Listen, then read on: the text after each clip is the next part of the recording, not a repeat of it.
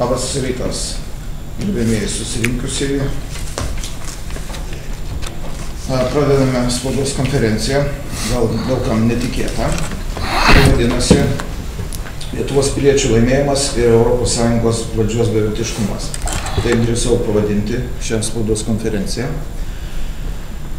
Ne tik dėl paskutinių įvykių Briuselyje, bet ir dėl to, kad šiandien pasiekėme mes pirmąjį mūsų sutelktos, mūsų susitelkimo laimėjimą, pirmąjį po skaudžios žemės referendumo pamokos. Tai yra mes, Lietuvos Respublikos piliečiai, rinkę ir pasirašę VRK lapuose dėl 50 000 mūsų piliečių iniciatyvos panaikinti Seimo lapkričio 26 pernai skubos tvarka priimtus įstatymo dėl užsieniečių teisinės padėties pakeitimus, dar nesibaigus šiam parašų rinkimui, jau pasiekėme tikslą. Seimas priėmė svarstymui šį įstatymo projektą ir šiandieną 17:50 pagal preliminarią darbotvarkę gali laikas skirtis ir kviečiu žiūrėti tai iš Seimo televizijos transliacijos. Seimo narys Audrius Nakas pateiks į preliminariame posėdėje. Numatoma preliminariai svarstymo data birželio 16. Todėl aš manau, kad aktualijos sprogdinimai Paryžiuje ir Briuselyje parodė, kad delsti negalima.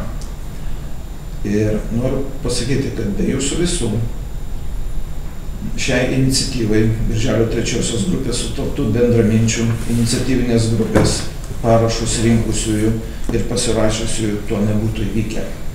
Kaip ir Sąjūdžio metais, tai padarėme drauge su mūsų parlamentu, nors jame bendraminčių nebuvo. Panašiu būdu ir Lietuvos TSR aukščiausioji taryba, 11 šaukimo aukščiausioji taryba 88-89 metais priėmė, priminsiu, pavyzdžiui, Lietuvių valstybinės kalbos įstatymą, referendumo įstatymą ir kitus svarbius sutelktomis Sąjūdžio žmonių ir tarybinės aukščiausios tarybos deputatų pastangomis. Todėl praėjusių metų gruodžio 16 dienos Seimo nariai Audrius Nakas ir Valerijus Simulikas įregistravo šį įstatymo projektą, o po konsultacijų jau kovo mėnesį su Seimo seniūnų sueigai pirmininkaujančiu Kęstučiu Daukšiu ir pritarus mišriosios frakcijos seniūniai Rimai Baškienei, šis įstatymo projektas buvo įtrauktas į Seimo plenarinių posėdžių darbotvarkę kaip opozicijos teikiamas ir privalomai nagrinėjamas įstatymo projektas. Tai yra gerai tuo, kad dauguma neturi teisės blokuoti šio įstatymo projekto. Yra, pasirodo, karts nuo karto tokia galimybė. Jei nebūtų šios mūsų iniciatyvos ir sutartų mūsų pastangų, vargu ar tai būtume pasiekę anksčiau laiko. Ir didžiulis pasipriešinimas šiai iniciatyvai ir sisteminės žiniasklaidos skleidžiamas melas mus telkia ir grūdina. Tai labai vertinga patirtis pilietinės visuomenės atgimimai. Tiems, kuriems ši žinia netikėta, dar nesibaigė parašų rinkimas, o jau pasiekėme tikslą, noriu nuoširdžiai padėkoti ir paaiškinti, kad šis 50 000 Lietuvos piliečių parašų rinkimas yra ne dėl referendumo iniciatyvos, kaip visuomenė bando klaidinti Seimo narė Marija Aušrinė Pavilionienė viešais savo rašinėliais, o dėl šio įstatymo projekto svarstymo Seime. Tai ir nutiko, šį rezultatą pasiekėme ir kito šios iniciatyvos rezultato pagal įstatymą būti ir negali. Kas nutiks su šiuo įstatymo projektu jo svarstymo metu, žino tik Seimas. Mes atidžiai seksime šį procesą, diskutuosime dėl jo, dirbsime su Seimo nariais ir Seime ir visus jūs kviečiu dirbti jų rinkimų apygardose. Tuos, kurie skelbs gražias deklaracijas, o darbai Seime jų nepatvirtins, tinkamai įvertinsime rudenį Seimo rinkimuose. Ir šių metų kovo 22 dienos įvykiai Briuselyje, pernai Paryžiuje, parodė, kad neturime teisės apsimesti, jog nesuprantame, kas vyksta. Kad vyksta organizuotas, masinis, neteisėtas imigrantų perkelimas į Europą ir dirbtinis chaoso kūrimas.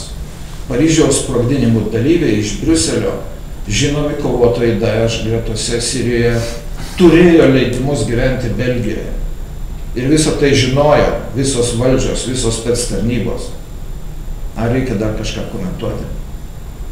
Taigi, Seimo nariams, Audrinakui ir Valerijui Simulikui įregistravo šį įstatymo projektą.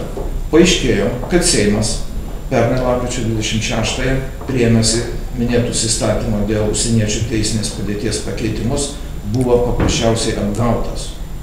Štai įstatymo pakeitimus Seimo kanceliarijos teisės departamentas aiškino ES direktyvų priimtų iki 2004 metų įgyvendinimo. Tačiau Teisingumo ministerijos išvados dėl mūsų įstatymo projektų, kurio norime panaikinti šias pataisas, išdavė tikruosius tikslus. Įstatymas lapkričio 26 pernai pakeistas pagal 2013 metų birželio mėnesio Europos parlamento ir tarybos nutarimus, kuriais siekiama ne tik suvienodinti ES šalių piliečių ir didelio kiekio neteisėtų imigrantų teises, bet ir sudaryti jiems šiltnamio sąlygas. Vien nelegalų teisės meluoti apie save įteisinimas, dokumentų išdavimas pagal jų žodinius paaiškinimus ir mūsų atsisakymas tikrinti duomenis apie juos jų kilmės šalyse, ar tai dar reikia ką nors komentuoti po tokių įstatymo pataisų, parodo, kokie tikrieji ES iniciatyvos tikslai. Net tokiais atvejais, jei jiems suteikiame prieglobstį, sveikų protų ir demokratinėmis kabutėse vakarų vertybėmis, tai nepaaiškinsi. Tie, kurie šią Europą griaunančią provokaciją ruošė dar 2013 metais, tai yra praėjus 2 metams po Sirijos karo pradžios, puikiai žinojo, ką daro.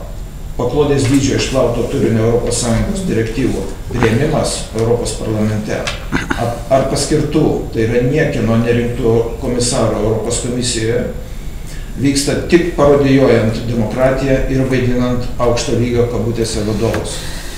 Šie ES vadovai šių metų vasario 15 dieną pranešė, kad Europos komisija dalyvaus šių metų homoseksualų parade per Europride renginį Amsterdame Liepos 23 rugpjūčio 7 dienomis. Europos komisarų valtis bus viena iš 80 homoseksualų judėjimo simbolika papuoštų valčių lauksančių šiame parade. Tai jie moka daryti. Mūsų visų pinigus be audito skirstyti, jie taip pat moka. Ir auklėti mus, kad nesuprantame jų vertybių kabutėse. O po kovo 22-osios ES sostinė vadinamėme sprogdinimu, šie ES vadovai sugebėjo uždaryti Europos komisijos, Europos parlamento pastatą ir viešai spaudos konferencijoje paverkti. Lietuvos prezidentės nuomonės apie šios įvykius tą dieną taip pat neišgirdome. Jei mes, Lietuvos Respublikos aukščiausiosios tarybos deputatai, 91 metų sausio 13 naktį būtume uždarę šią aukščiausiąją tarybą, o ne priiminėję mūsų atkurtai valstybei gyvybiškai svarbius sprendimus, jei tokie deputatai kaip Gediminas Vagnorius ir Zigmas Vaišvila tą naktį būtų sugalvoję paverkti spaudos konferencijoje ir neprisimti atsakomybės dėl vyriausybės ir valstybės likimo, nežinodami, kas nutiks jų šeimoms ar vaikams po valandos kitos, šiandien drąsiai kabutėse mūsų Lietuvos valdžia neturėtų galimybės sėdėti bokseriuose ir skirstyti mūsų ir ES pametėjimas lėšas, drausti kitą nuomonę Lietuvos televizijoje ir radijoje. Taip elgiasi bailiai. Todėl ši mūsų pilietinė iniciatyva yra tokia baisi jiems. Blogiausiame sapne nesu sapnavęs, kad po sausio 13-osios išbandymų Lietuva vėl turės tokią beviltišką valdžią, sugebenčią tik vykdyti centro nurodymus ir drąsiai kabutėse mus vesti į karą. Ir visiškai nesvarbu, kokią formą pasireikš karas. Aišku, tik viena, po šiuolaikinio karo vargu ar beliks kas iš mūsų tautos šioje jau be baigiančioje įsivaikščioti Lietuvoje. Sausio 13-osios naktį, jeigu jau minime tą dieną, iš amžinatilsį Jadvygos Bieliauskienės, čia šitame pastate, iš kurios naktį spruko ne vienas didis patriotas, gavau išvarkę nešiojusi šventintos duonos topinėlius, suvyniotus į aliuminio foliją. Tai buvo ne tik amžinatilsį Jadvygos ar mano mamos 91 metų sausyje kasdien su sąjūdiečiais iš Šiaulių, atvykdavusios budėti prie aukščiausiosios tarybos ir dešimtmečiais man apie tai net nepasakojusios. Iš visai man apie tai nepasakoja. Noras, jų abiejų noras apsaugoti ne tik tai mane, bet šių dviejų motinų noras matyti laisvą ir kraujo nelaistančią Lietuvą. Todėl ES griūties akivaizdoje mes turime pradėti valstybės ir tautos išlikimo klausimus spręsti drauge ir darbais, bet ne tuščiomis ir skambiomis ar net melagingomis deklaracijomis. Ši pilietinė iniciatyva gera pradžia. Gerbiamas Arai Sutkau, Liaudies partijos vienos pagrindinių šios akcijos rinkėjų vadovas. Jūsų žodis. Paprašysiu pagerbti tylos minutę žuvusius Briuselyje žmonės.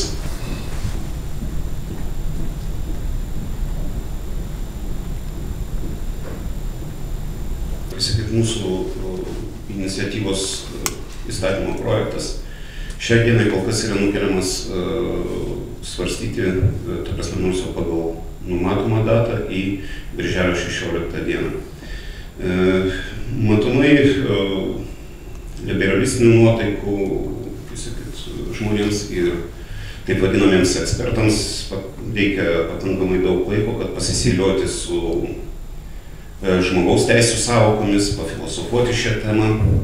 Tuo tarpu vakar Lietuvos Respublikos prezidentė Europos parlamento pusėn spjovė tulžimi ir pareiškė, kad tos priemonės, kuriomis šiai dienai yra kovojama su terorizmu Europos Sąjungoje, yra nepakankamos ir, kaip sakyt, reikia imtis griežtesnių priemonių. Bet mano manimu, ir manau, kad daugelis iš mūsų, kai sakai, dalyvaujančių šioje akcijoje pritars, kad tai eilinis yra oro padrebinimas vietoj to, kad pasiekti mūsų Lenkų kaimynų atžvilgių, kaip sakyt, pavyzdžių, kurie savo ruožtų irgi vakar pareiškė, kad nebeketina priimti daugiau pabėgėlių nei iš Afrikos, nei iš artimųjų rytų. Sprendimas pats buvo priimtas greičiausiai remiantis tom, kad irgi vakar Turkijos prezidentas ponas Erdoganas pranešė apie tai, kad tie žmonės, kurie įvykdė teroristinius aktus, teisingiau vienas iš tų žmonių, kuris įvykdė teroristinį aktą Briuselyje, savo laiku buvo sulaikytas ties Sirijos sieną, Turkijos deportuotas į Belgiją ir atitinkamai po to pasiprašęs prieglobsčio Norvegijoje. Bet vienaip ar kitaip jisai buvo legalizuotas ir, kaip sakyt, mes turime jau nebe vieną pavyzdį, nebe vieną precedentą, kada teroristinius aktus Europoje vykdo būtent legalizuoti teroristai, legalizuoti, kaip sakyti, Europos Sąjungos piliečiai kilę iš tam tikrų šalių. Reiškias, ir tai irgi eilinį sykį byloja apie tai, kad sąlygos dėl tokių žmonių priėmimo, legalizavimo, jų asimiliavimo mūsų visuomenėje turi būti tik tai griežtinamos, o ne lengvinamos, kaip tai dabar elgiasi mūsų valdančioji dauguma. Taip pat norėtųsi pažymėti apie tai, kad neverta turbūt nuleisti rankų, atsipalaiduoti po, kaip sakyt, pasiektų rezultatų ir dar nežinia, kaip vis dėlto Seimas pasielgs šiandieną ir dėrėtų jau rimtai pagalvoti apie antrąjį etapą, darant išvadas iš referendumo klaidų, apie būtent agitacinės kompanijos, sakysim, politinės kompanijos pratesimą konkrečiais renginiais ir priemonėmis. Kol kas tiek, dėkui. Ačiū. Gerbiamas Algimantas Balevičius, Respublikonų partijos atstovas. Iš parašų rinkimo praktikos mažas pastebėjimas. Aš asmeniškai surinkau beveik 70 parašų. Eiliniai Lietuvos piliečiai, taip vadinamieji, aišku, eiliniai, pasirašinėjo pakankamai noriai. Kiek aš kreipiausia pas taip vadinamus valdininkus, valstybės tarnautojus, nepasirašė ne vienas. Dėkuoju. Paprašysiu vieną iš aktyviausių mūsų parašų rinkėjų, gerbiamą kompozitorių Vytautą Juozapavičių, pasidalinti patirtimi. Juozapaitis. Juozapaitis. Nieko tokia. Man, aš irgi vienas iš tų rinkėjų, aš kaip kūrėjas dabar žiūriuosi, turiu tokią įdomią patirtį ir naudą tolimesniai mano kūrybiniai veiklai, nes susitinku su daugeliu žmonių, su savo kolegų, draugų ir pamatau, kaip jie reaguoja į šitą reikalą. Va, jeigu taip galima įsireikšti liaudiškai. Va, ir kiti sako, vat, panašiai kaip kolega minėjo, aš nepasiryksiu, yra baimė. Baimė sako, aš už, bet aš negaliu pasirašyti, žiūrėkit, kur aš sėdžiu, kokią veiklą vykdau, aš negaliu pasirašyti. Ir daugelis tokių žmonių, kurie taip sako, kiti sako visiškai priešingai. Vienas iš mano šilčiausių, įdomiausių, prieinu prie moters kalbančią rusų kalbą. Саку, зачем они мне нужны? У меня и так хлопот. Дайте я, а можно по-русски? Саку, ну, конечно, можно. Он nežinau, ar tai galima, вот, pastarąs rusų kalba, gal bus išbrokuotas, tai yra lietuvių kalba turbūt, bet man malonu buvo, kad jinai šitaip reagavo, taip šiltai ir taip žmogiškai. O pasirašė, man buvo labai įdomu, kaip reaguoja Lietuvos piliečiai, Lietuvos rusai, Lietuvos lenkai. Ir aš daug esu jų parašų surinkęs, kurie man dėkoju, kad aš šitokį darbą darau. Aš sakau, ar tau, sako, moka pinigus, ar kaip čia? Ne, sakau, nu, tai pilietinė akcija ir turbūt šimtai, aš nežinau, kiek yra Lietuvoje, kiek rinkėjų, neturiu informacijos, bet jie pritarė ir linkė, žodžiu, man sėkmės ir visą kitą, man taip labai malonu. Labai malonu buvo su tokia mergaitė, belaukdamas, man piešė Adriją ir užsakė, pasirodo, būsimoji balerina, užsakė man kūrinį, sužinojo, kad aš esu kompozitorius ir sako, parašykit man kūrinį tokį ir tokį, nu, tai va, nu, tai iš bendravimo. O būna, sako, Tūlas, sako, nesiteršk. Nežinau, ką tai reiškia, kodėl aš čia dabar turėčiau terštis.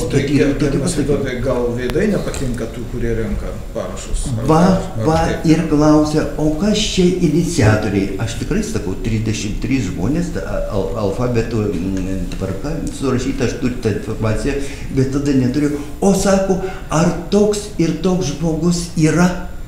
Nu, sakau, gal ir yra, aš dabar neprisimenu.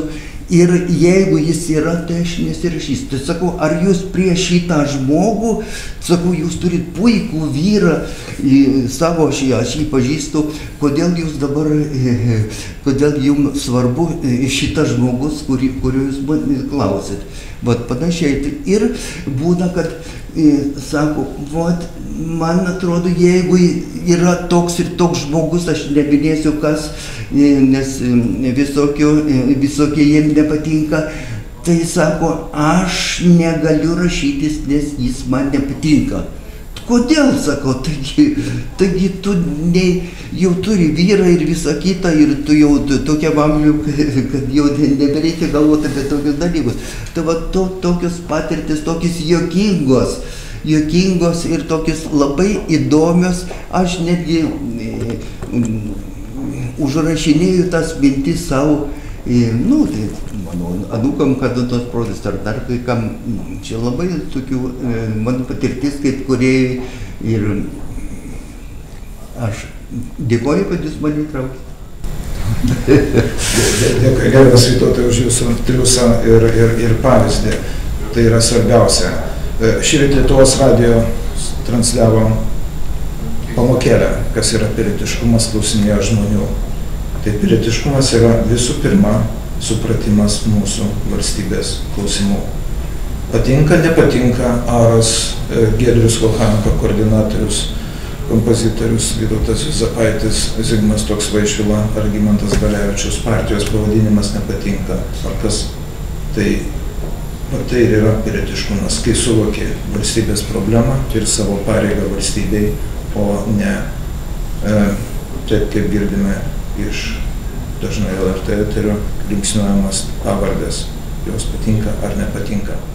Gerbiamas Giedrius Volhanka, mūsų akcijos koordinatorius. Tiesiog informaciją parašų rinkėjams pateiksiu ir galėsime užbaigti šitą konferenciją. Ta prasme, aš noriu, kad visi suprastumėt, kas įvyko. Iš esmės įvyko tai, kad mes savo tikslą pasiekėme.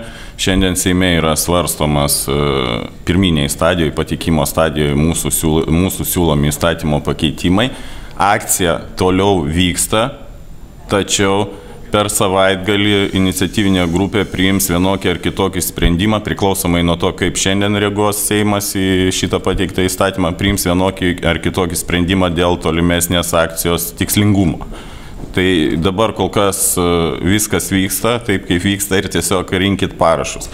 Jeigu trumpai, kadangi jau 3/4 akcijos prabėgo, galiu trumpai pasakyti tam tikras techninės detalės. Iš esmės akcija vyko labai sklandžiai, nepaisant pradžioje kai kurių techninių sklandumų, viskas buvo gerai. Vienintelė problema, kurios iš tikrųjų nepasisekė išspręsti ir gaunu daug nusiskundimų ir tiesiog jos nepavyko išspręsti, tai yra elektroninis balsavimas ir jeigu mes organizuosime kažkokias kitas akcijas, reikės ieškoti kito sprendimo, kito varianto, kaip visgi organizuoti elektroninį pasirašymą. Tai tiek žinių ir manau, kad galėsime baigti jau šiandien. Tai baigiant, noriu padėkoti ir pranešėjam ir akcijos dalyviam, visiems, ir kurie rinko, ir kurie pasirašė, nes tikrai kiekvienas, ypač valdiškame darbe, turėjo įveikti tą psichologinį barjerą. Ir tai yra tikroji pilietiškumo pamoka. Dabar netrukus užleisime salę konservatorių labai svarbiai iniciatyvai dėl alkoholio vartojimo Lietuvoje. O noriu atkreipti dėmesį, kad tie, kurie štai mus girdi, mato, noriu atkreipti dėmesį, kad 10 valandą šioje spaudos konferencijoje bus pateiktas politinių partijų susitarimas. Aš nežinau jo turinio, todėl kviečiu dar palaukti, pažiūrėti 10 valandos. Politinių partijų susitarimas dėl preliminarių gairių, jeigu teisingai taip suprantu, pabėgėlių klausimų. Seimo frakcijų dalyvaus atstovai, todėl kviečiu ir 10 valandos sulaukus padiskutuoti ir su jais ir čia. Tai ačiū dar kartą už dėmesį ir matom ne tik mūsų nesisteminės žiniasklaidos gerbiamą Vaida Juozapaitytę, bet ir matome dar ir nežinau kokios žiniasklaidos, gal šiek tiek sulauksime dėmesio daugiau. Tai ačiū ir noriu palinkėti sėkmingo darbo Seimui, kuris, manau, supranta atsakomybę dėl valstybės.